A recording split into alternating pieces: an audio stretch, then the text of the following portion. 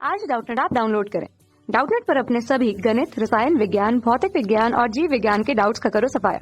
बस प्रश्न की फोटो खींचो, एक ही प्रश्न को क्रॉप करो और तुरंत वीडियो सोल्यूशन पाओ। अभी डाउनलोड करें। नमस्कार। अपने को प्रश्न बोला है कि अभिक्रिया की आणविकता और कोटि को परिभाषित कीजिए और दोनों में अंतर स्पष्ट कीजिए। तो सबसे पहले अपन समझते हैं अभिक्रिया की आणविकता को। तो जो अपनी अभिक्रिया की आणविकता होती है ना, वो किसी भी अभिक्रिया के संतुलित रासायनिक समीकरण द्वारा प्रत्येक प्राथमिक पद में भाग लेने वाले अभिकारक अणुओं की कुल संख्या अभिकारक की आणविकता कहलाती है। तो अपन अभिक्रिया की आणविकता की परिभाषा लिखते हैं।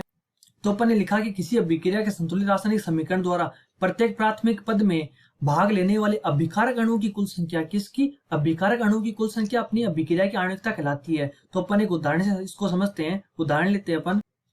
उदाहरण की hydrogen plus iodine H2 plus I2 ये मिलकर बना रहे हैं 2HI।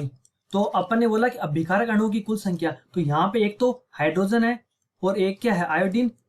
तो यहाँ पे दो अणु हो गए, तो ये अभिक्रिया होगी द्विअणुक अभिक्रिया। द्विअणुक अभिक्रिया। और तो अभिक्रिया की आणविकता क्या होगी? द्विअणुक। ठीक है। अब बात करते हैं अपन कोटि की। तो अपन समझते हैं कि अभिक्रिया की कोटि क्या होती है। तो अपन यहाँ पे लिखते हैं पहले अभिक्रिया की कोटि। अभिक्रिया की कोटि है ना, अभिक्रिया की दर समीकरण में प्रकट सांद्रता पद की जो घात होती है उस अभिकारक के सापेक्ष वो अभिक्रिया की कोटि कहलाती है, तथा सांद्रता पदों की घातों का योग होता है अभिक्रिया की कोटि। तो अपन अभिक्रिया कोटि की परिभाषा लिखते हैं। तो अपन ने अभिक्रिया कोटि में लिखा कि अभिकारक की दर समीकरण में प्रकट सांद्रता पद की घात उस अभिकारक के सापेक्ष अभिक्रिया की कोटि कहलाती है, तथा सांद्रता पदों की घातों का योग अभिक्रिया की कोटि कहलाता है। कि साधारणतः अपन बोल सकते हैं कि जो सांद्रता पदों की घातों का योग होता है वो अभिक्रिया की कोटि कहलाता है। तो अपन इसको उदाहरण से समझते हैं। उदाहरण लेते हैं एक कि कोई A प्लस B से कोई P उत्पाद बन रहा है। P क्या उत्पाद है? A और B अभिकारक है। तो दर नियम से अपन कह सकते हैं कि इसकी जो रेट मतलब दर होगी वो होगी वेग स्थिरांक मतलब K गुणा A की सांद्रता की घात N और B की सांद्रता की घात M। तो अपने यहाँ पे बोला था कि अभिकारक की दर समीकरण में प्रकट सांद्रता पद की घात उस अभिकारक के सापेक्ष अभिक्रिया कोटि कहलाती है। तो A के सापेक्ष कोटि कितनी होगी? A के सापेक्ष कोटि क्या होगी? N। और B के सापेक्ष कोटि होगी M।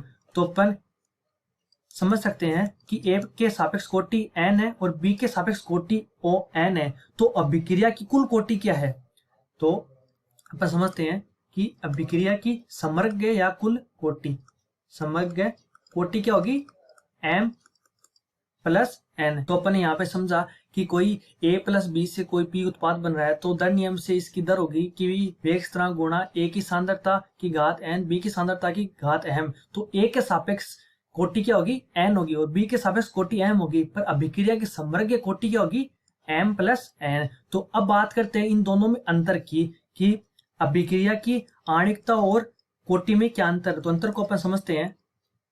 तो अपन अंतर को समझते हैं कि जो आणविकता होती है ना कोई भी अभिक्रिया की, वो सदैव एक पूर्ण संख्या होती है, जबकि जो कोटि भिन्नात्मक भी हो सकती है। और जो आणविकता होती है ना वो कभी भी शून्य नहीं होती है, जबकि कोटि शून्य हो सकती है। तो अपन यहाँ पे देख रहे थे कि जो कोटि होती है ना वो मतलब कि जो सांद्रताओं की जो घात होती है वो होती है, तो इनको जब जोड़ते हैं वो 0 भी हो सकता है। ठीक है। तो ये दोनों समान भी हो सकती है।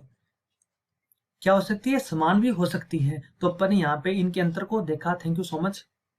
कक्षा 6 से 12वीं से लेकर नीट, IIT, JEE वो एडवांस के लेवल तक 1 करोड़ से ज्यादा छात्रों का भरोसा।